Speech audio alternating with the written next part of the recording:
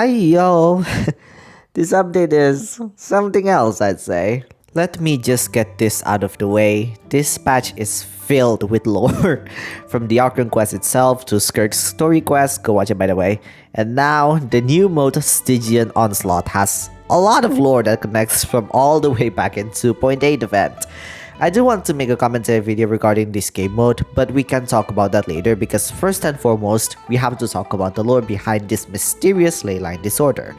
Now let me put a general disclaimer here, I'll be using a lot of mythologies as my references here, and please note that these references don't represent the final in-game lore, so take them with a grain of salt. Also, don't comment anything about leaked content, we don't do that here. As always, don't forget to give this video a like and comment so the channel can be noticed by the algorithm. My name is Neko Gitsune and I make lore and commentary videos on this channel to keep you company. But before that, let me remind you that Skirk's banner is ending in a few days. Her banner will eventually return, but you might have to wait a few months before that happens. If you need those extra primary gems, then allow me to introduce you to Lootbar. Lootbar is a reliable site for a fast, secure, and super reliable top-up experience for your Genesis Crystal. With Lootbar, you'll get up to 25% discounts compared to in-game prices. All you need is to enter your UID and you'll get your item in less than 2 minutes. They won't ask for anything else, so rest assured, your privacy is guaranteed. Just in case you're asking, Lootbar is also available for both PlayStation and Xbox as well. The reviews on Trustpilot are very positive with over 20,000 reviews and a lot of them are showing their satisfaction after using Lootbar. Other than Genshin Impact, Lootbar is also available for other games as well such as Honkai Star Rail, Wuthering Waves, Zelda Zero, etc. Click the link in the description below and register to get an additional 10% coupon that can be combined with all other discounts. Now let's continue to the content. Stygian Onslaught, a mysterious leyline anomaly that suddenly appeared in Liyue, more specifically in Solnari. Keqing and Yelan were investigating this anomaly and sent a letter to the traveler for help. So according to them, along with other Military soldiers, apparently there are a lot of monsters that came out of this leyline anomaly, and weirdly enough, this portal seems to be reenacting a major historical war or battle that happened in the past. Yelan also mentioned a similar problem that happened in Mondstadt a long time ago, but it was already solved by the Dark Knight hero and the honorary knight of the Knights of Favonius, which if you don't know, she's referring to the 2.8 Hidden Strife event where the lore premise of that event is basically the same as Stygian Onslaught. TLDR about the Hidden Strife event, the Traveler and Diluc were taking care of a leyline anomaly in Falcon Coast where a lot of monsters came out of the ley lines, and this leyline anomaly also reenacting certain battles that happened in the past, including Diluc's battle that happened long time ago during his youth. You can watch Noxus Gaming's video if you want to know what was going on, and you can watch Kat's video on the letters that were sent to Diluc in great analysis. If you read the lore enough, most of them are things that we already knew. But there's a slight difference this time. This leyline anomaly transport those who made contact with the ley lines to a certain domain, and a lot of the soldiers who entered it suffered fatigue loss. Weirdly enough, even though these enemies are familiar enough in the eyes of Yelan and the soldiers, some enemies possesses unique traits that they have never seen before. In order to quell this anomaly once and for all, Yelan and Keqing ask the traveler for help because they have high resistance in the leyline anomalies, so we do just that. The ending of this quest is that this will be a long-time partnership with the Liyue Qixing, and the traveler will be rewarded accordingly, thus ending the lore behind the Stygian Onslaught. Well, that's basically it. I know some of you might question, what was the cost then? Well, for now, the only answer is Mother Nature things. The only answer we can get that is somewhat more plausible is also from the Hidden Strife event where Albedo said that ley lines can gather but can also release information. This might be the same case here, but there could be other variables that might influence this change. It could be related to the recent events with Durin or Capitano, but overall, the root of the cause is still very unclear. But there is one thing that might pique your interest. So you see, the Hidden Strife event reenacts certain battle that happened in the past, and it goes the same with Stygian Onslaught as well. But what makes this event interesting is the rewards, which are weapon accessories talking about the 5 sinners of Kaedria. Judging from what we got, the enemies were stronger than what we experienced before the more we delved into the domain. That in mind, we can assume the deeper we enter, the more ancient the battle gets. Since the weapon series being rewarded in this event are the weapons from the sinners, we can assume that the battle we were experiencing was something that the 5 sinners were facing. Personally, I doubt it's a war and it could be related to their endeavors in reaching perfection. We learned this from Skirk's story quest where Surtalogi finished his grand endeavor, and it could mean he already reached or almost reached the perfection he desired. So far, we only know that Rhinedottir has reached that perfection, well, at least the game implied her to be that way, by becoming one with Nibirius, the ruler of life. So I can only assume the rest of the sinners were trying to do the same by becoming one with the heavenly principles and their shades.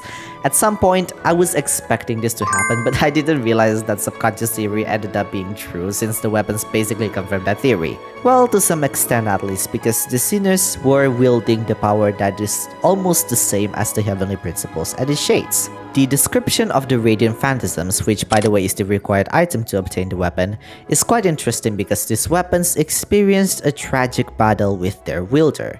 Tragic involves sadness, sorrow, and even death, which could imply that these weapons are wielded by the 5 sinners prior to their obsession with the abyss, and their tragic end could be their loss in reason to pursue the purpose of their power. If they quote-unquote unalive themselves, if you know what I mean. They probably lost their physical form just like Surtalogi, who no longer has a physical form and can change to whatever he prefers to. That at least is the best that I can think of, but probably Rhinedottir is the only one that still has her human form, but that's just pure speculation for now. But anyway, enough of that. You're here for the 5 sinners of Khaenri'ah in-depth analysis, so we'll do just that. So there are 5 weapons and each piece represents who used to wield them. The sword is the serpent devourer named Lockseams, wielded by Rhinedottir who wields the power of life. The claymore is the ardent storm named Starcutter, wielded by Hroptatyr who wields the power of reason. The polearm is the shattered moon named Barnstalker, wielded by Rerir who wields the power of death. The catalyst is the hollowed feathers named Gleipnir, wielded by Vedrfolnir who wields the power of time. Finally, the bow is the star piercer named Kusisnautar, wielded by Surtalogi who wields the power of void. According to some notes near Khaenri'ah's gate in Hange Afrasiab, the Khaenri'ahs were spying on the forbidden knowledge, that forbidden knowledge, and it's possible that these sinners were using the Sade power themselves.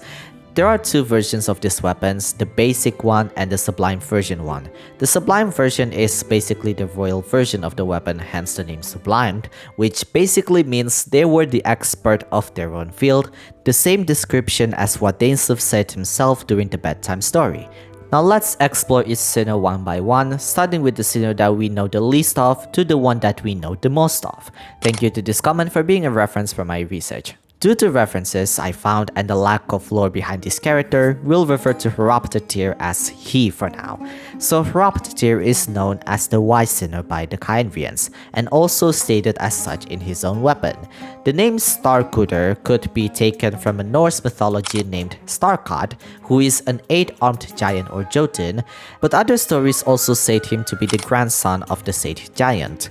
It could also be a pun of Starkadr considering his name is related to him being a smart individual, considering the stars of Teyvat are false and the truth behind Teyvat is behind the false firmament, but I wouldn't take that as the case for now. Being the character that wields the power of reason, it's possible that Hroptatyr's power is the strongest out of the 5 sinners, considering this power is closely related to the circlet and the artifact sets, which usually depicted as a crown, and so far, the heavenly principles is heavily hinted as the being that wields the power of reason. Hroptatyr is one of the names that Odin owns, which in this case means a sage. With that in mind, this could mean that Hroptatyr is one of the Khaenri'ah sages, and possibly the leader of Khaenri'ah sages that Piero mentioned in the Winter Night Lazo. He could even be King Ermin's counselor and could be the very first person who knew that the Abyss is the only way for Khaenri'ahs to defeat the heavenly principles. In the mythologies, Starkad is usually depicted as a great hero, but at the same time also performs a lot of crimes. Quite poetic, don't you think? This reminds me of Robin Hood, where he stole from the rich and gave them to the poor. However, Starkad is not mentioned as wise or smart in most mythologies, but he is blessed by Odin with masteries in all weapons, abundance, and victories in battle. At the same time, Thor, who is the son of Odin, cursed Starkad for being a Jotun with committing every crime he lived in with no real place to stay. With that amount of blessings and curses, Starkad somewhat became a weapon for Odin in order to unalive King Fikar, who was a Norwegian king at that time.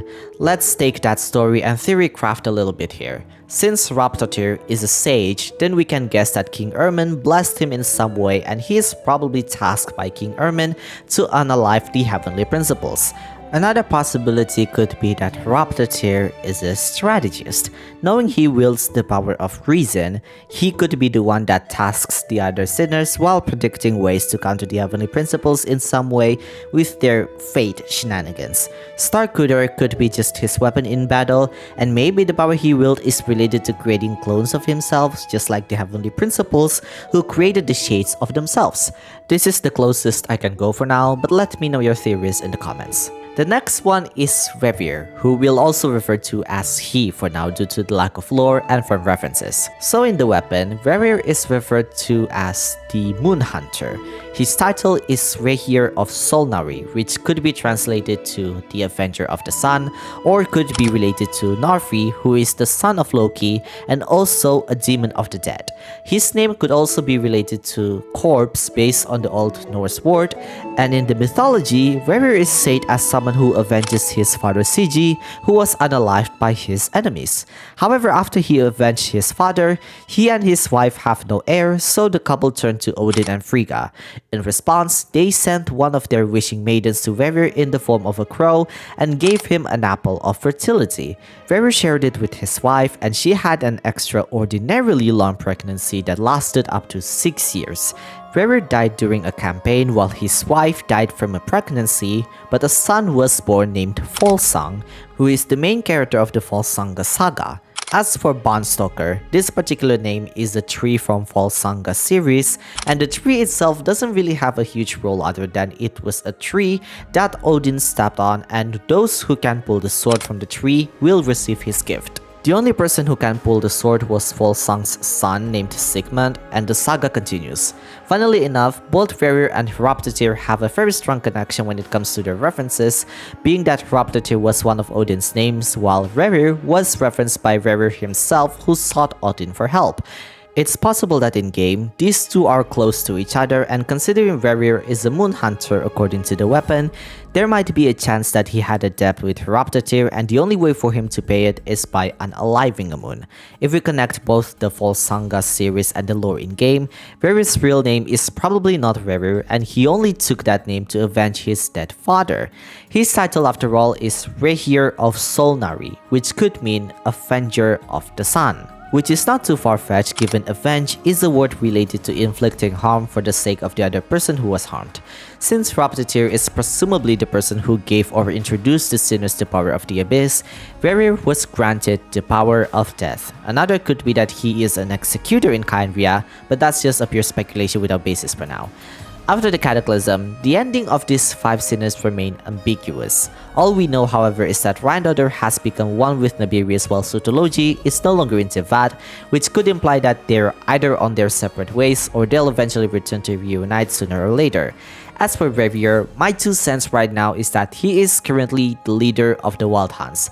Now, the Wild Hunt is an organization from the Abyss, and it is implied from the Long Night's Oath that the Wild Hunt invaded Notcry twice. One is during the Cataclysm, while the other one is quite recent.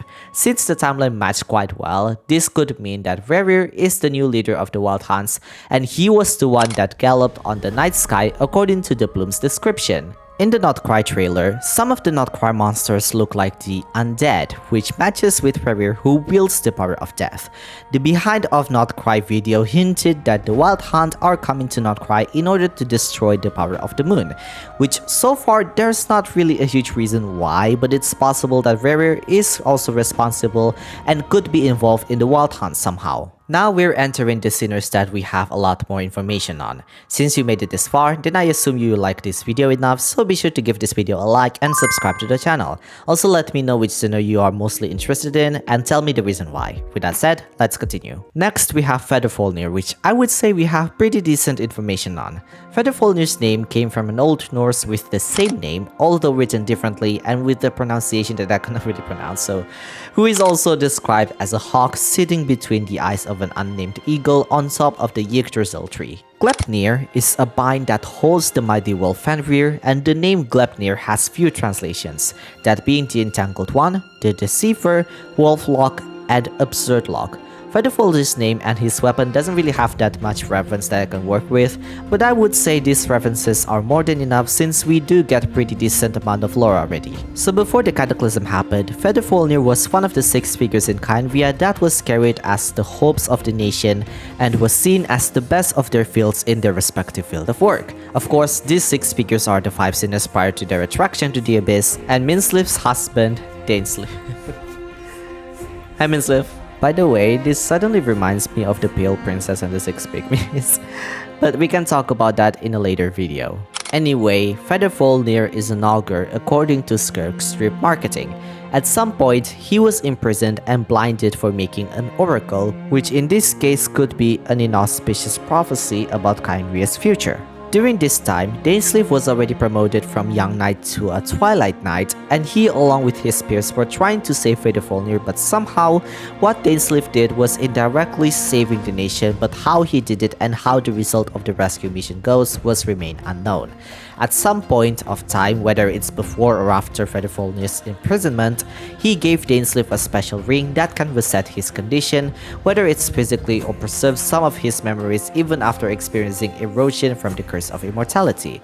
I'll give you my 2 cents right now. It's likely to be the prior, but either way, the ring saved Dainsleif from turning into a shadowy husk according to Parizurvan.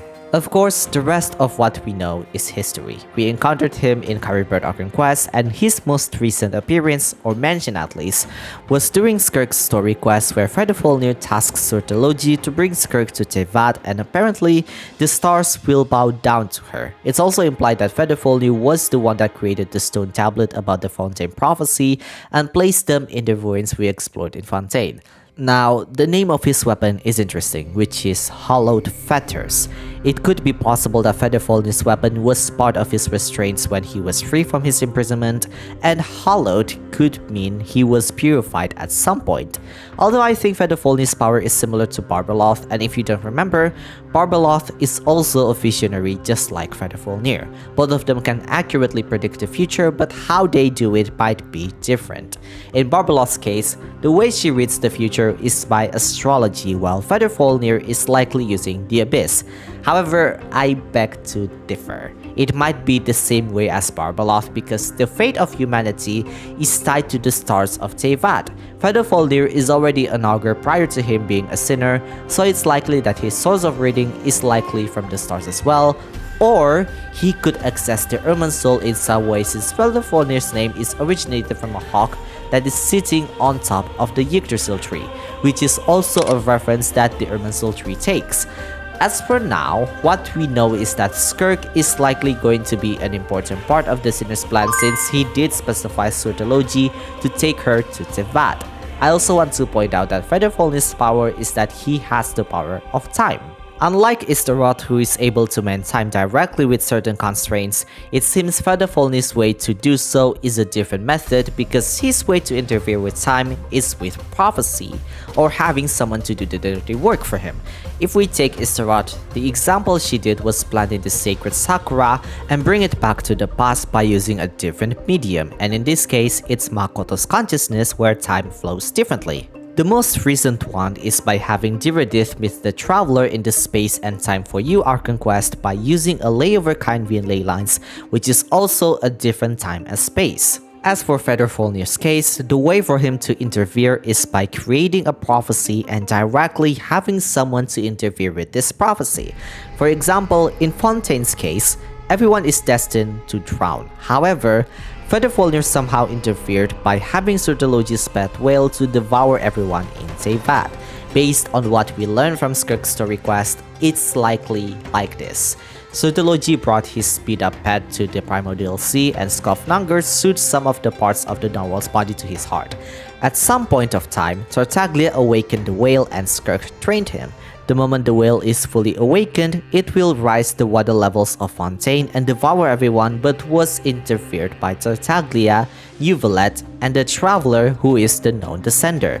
Now here's the thing, the punishment was decreed by the heavenly principles and still become the prophecy of Fontaine. However, the prophecy from the tablet was prophesied by Vedrfolnir. Either way, the prophecy will happen, especially that it was already carved in the Irminsul according to Nahida. It's just that, according to Nicole and Fossil lore, they have to let the prophecy happen, but the outcome of that prophecy can still be mended. Vedrfolnir ultimately contributed to this, but whether his plan included something more sinister or not is still unknown. I think we know a lot about Surtalogi at this point, but compared to Rhinedottir, who we already know way back then during the game's release, I'd say he is still on the lower end of the spectrum. The cultural references behind Surtalogi are a lot more lacking, but since we got decent amount of lore in game, I'd say that's fine. Anyway, Surtalogi comes from the name of a bright sword wielded by a fire jotun named Surtur in Old Norse mythology. His weapon is Gus's Snautar, which are magical arrows wielded by Olver Odder and were gifted to him by his father. In some sources, these arrows were owned by a giant named Gusir and Odder defeated the giant, but there's also another source that say these arrows were gifted by Gusir. There's also other sources claiming that the arrows are depicted with 3 magical arrows that can pierce through flesh. It's a guaranteed hit arrows, however it needs a long period of rest before it can be used again. 3 magical arrows, 3 beings, that being Surtalogi, Skirk, and Tartaglia. Interesting. Either way, Gus's Snautar is based on magical arrows that will guarantee to hit the target. This could imply that Surtalogi's main weapon is a bow, a weapon type that Tartaglia still hasn't mastered until today. Blade Serpent blade work is also implied to be a blade work that focuses on swords and claymores, but judging from the Black Serpent's enemies, the blade work itself could involve all types of weapons including catalyst, bow, shield, and polearm. Surtalogi's main weapon could likely be a bow, and he likely never misses his target. We learn a lot about Surtalogi from Skirk's story quest. You can watch this video later if you want to, but here's the main gist. Surtalogi and Dainsleif were co-students back when they were under Haden's guidance in Black Serpent blade work. However, both Surtalogi, Dainsleif, and the rest of Haden's students were punished for following the code of chivalry, and Surtalogi even lost his limbs over it. Most of their punishments were corporal punishment, meaning punishment involving their physical body. In my last video, I said it's possible he became the way he is due to the Black Serpent blade work as the root of the cause, but after rereading the lore again, it was Haden who punished these knights to keep his prestige by sabotaging the next generation of knights. Look, this game's translation is weird, okay? You have to cut me some slack here for being confused with the game's lore sometimes. However, I still believe that the Black Serpent blade work could be the reason why the Black Serpents have different kind of curse. Anyway, Surtalogi met Skofnungr. Judging from the way it's written, Surtalogi probably met Skofnungr prior to his knighthood because he cured Skofnungr when he was 10 and they first met around the same age. They became friends since then, and Skofnungr possibly witnessed Surtalogi losing his limbs, whether directly or indirectly, after Surtalogi's training with Haden.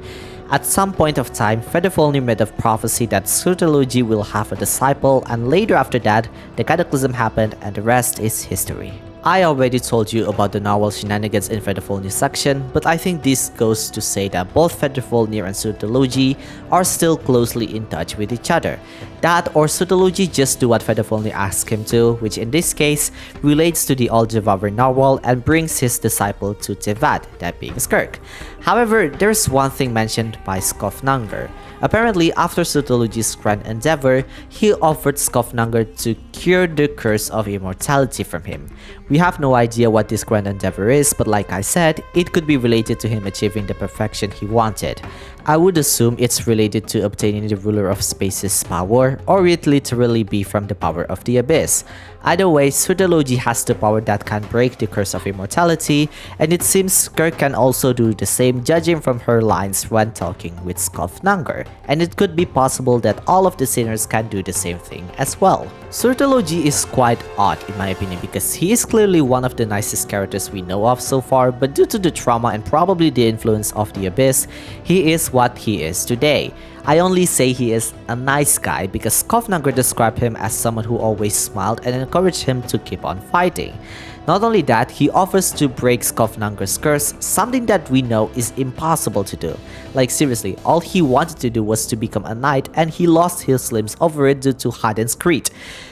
But I still don't like him for making Skirk lose her limbs. In my principles, I don't care what kind of trauma you have. If I lose my body parts over it, then I'll hate you for the rest of my life. Before we move on from Surtalogi's section, it's important to note that at some point of time, Surtalogi instructed Skirk to find an ancient voyager that was mentioned in the finale of the Deep Galleries. I already made a video about this some time ago, but the gist here is that this happened a long time ago, maybe prior to Notcry's second Wild Hunt invasion. The voyager's whereabouts at the moment remains unknown, but it's likely that she is currently in the Spiral Abyss, a place where Surtalogi tasks Skirk to find.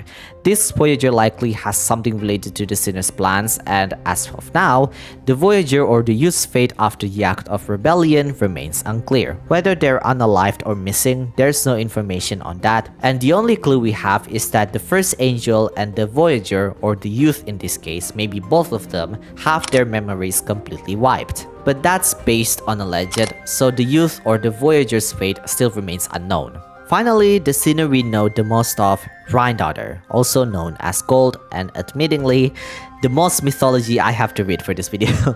I feel like my brain just malfunctioned after I read this ridiculous lore, but that's fine. I'm doing this because I love you guys. Mwah! Anyway, Rhinedottir's name in Icelandic means the daughter of Rhine, and her name could be a heavy reference to the Rhine Maidens, where these three water nymphs are the keepers of Rhinegold in Richard Wagner's opera called The Ring des Nibelungen. I'm trying my best with the pronunciation, okay? In the opera, the Rhine Maidens are described as seductive but elusive characters, and also described as careless when it comes to guarding the Rhinegold. The name Alberic is also mentioned in this opera as a Nibelung dwarf that created a magic ring that could rule the world by using the gold that he stole from the Rhine Maidens.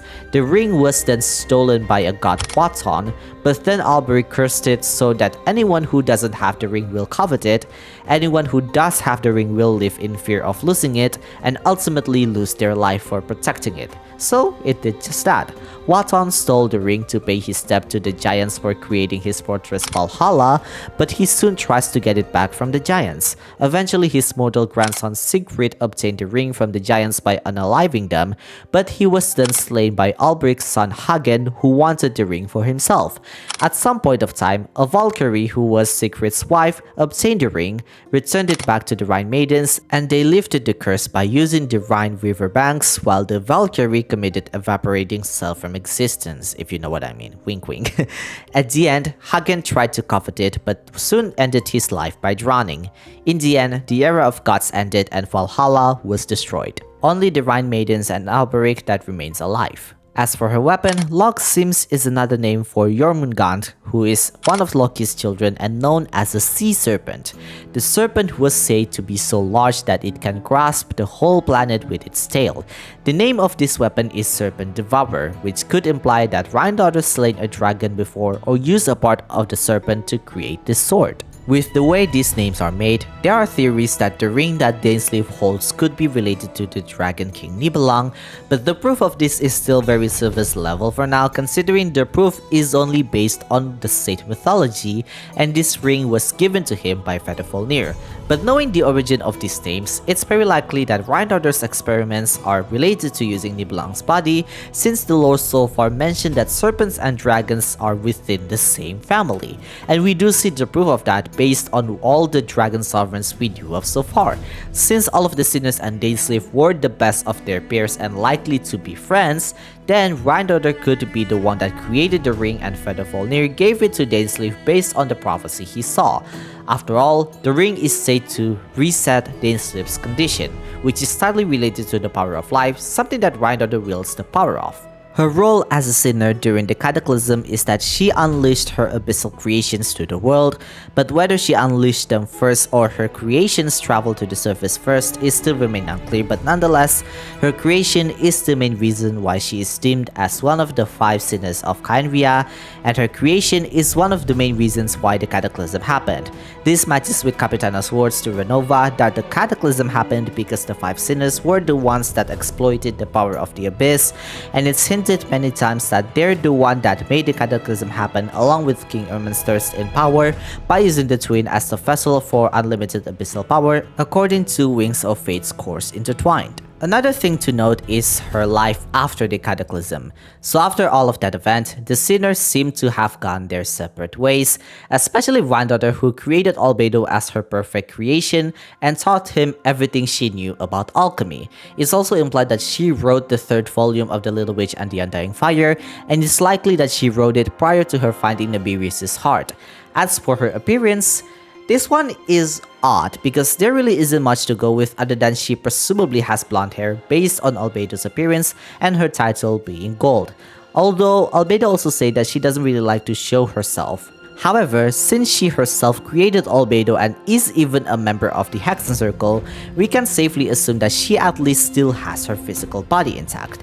Everyone in the Hexen Circle are confirmed to have their bodies after all, so unlike Surtalogi and Vedrfolnir with their ambiguous appearance, at least Rhinedottir still has her human body and likely be a playable character in the future. It's also implied that Rhinedottir is a longtime friend with Alice, but whether that's before or after the Cataclysm is still unknown because Alice is a long life race, but either way, she joined the Hexen Circle likely after the Cataclysm and she could be the first member that Alice recruited. Since then, the Hexen Circle and its members often do Irminsul exploration given all of them are experts in their own set of fields. Now, here's the even weirder part. Rhinedottir's role as a sinner and a Hexen Circle witch is somewhat conflicting. In the Hexen Circle cutscene, the Hexen Circle vows to never turn on each other and never fight amongst themselves. If you know the Hexen Circle lore, it's heavily implied that they're the gatekeepers of Teyvat's borders, and according to Skirk, Alice is the sustainer of the world's borders, meaning she at least made a deal with the Heavenly Principles or the ruler of space to keep the false sky intact. We knew the sky was made by the angels according to the book Before Sun and Moon and also from Finale of the Deep Galleries, so Alice and the Heavenly Principles made a deal in some way. So you can imagine how much of an irony it is that Rhinedottir joined this group and would one day turn against them because she is one of the 5 sinners that will probably turn against them and turn against the world. However, there's also another chance that the Hexen Circle, or Alice at least, knows what she is doing. Not only that, the Hexen Circle doesn't seem to care that much about their members' background, and even their introduction in the Song of Welkin Moon event said they're only in Outcry for the drama. It could even imply that Rhinedottir no longer aligns with the 5 sinners and she's the first who really is trying to create a beautiful life. Outcry is said to be on the edge of Teyvat, and Rhinedottir is likely to be there because all of the Hexen Circle members are said to appear here. From the cutscene alone, Alice and Nicole are already there, and Rhinedottir will likely make her appearance here as well, along with Rerir, who is on the Wild Hunt side if my theory of him being the leader of the Wild Hunt is correct. So if that's the case, then Rhinedottir and Rerir will likely clash as one is trying to destroy the moon's power, while the other tries to bring the magical charm to the edge of the world. Of course, that magical charm could even be negative, but looking at what we know about the Hexen Circle, it's very unlikely that they want to destroy the moon's power, but rather to either preserve, to data, or even want the moon's power for themselves. Also, I find this to be quite poetic if that makes sense, because Rerir holds the power of death, while Rhinedottir holds the power of life. So you know, It's very interesting to think about it, okay? Now that I think about it, I kind of want to see if Rhinedottir and Rerir fight in some way because life opposes death and so is the other way around. If they do fight, then this kind of confirms that the 5 sinners indeed split now and they no longer work with each other. Well, at least that's on my headcanon, but who knows, it's kind of poetic if you think about it.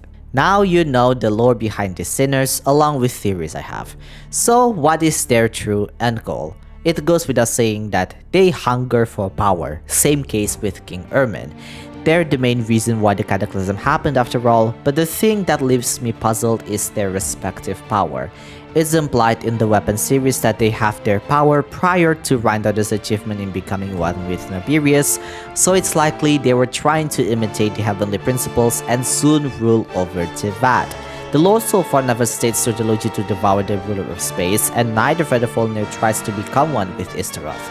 But of course, all this still remain a mystery, and the only way for us to speculate right now is that the sinners are trying to, at best, steal the heavenly principles' power and their shade's power. Overall, the 5 sinners' lore is very interesting in so many ways. I honestly didn't expect for this video to be this long because I wanted this video to be like, I don't know, like 10 minutes, but boy, look at where we are now. Anyway, all of them are obviously unable to resist the abyss, and they were the main reason why the cataclysm happened. Out of all the sinners, I really want to know about Hroptatyr since he's likely to be the heavenly principles counterpart. What do you think of the sinners? Let me know in the comments. Jana!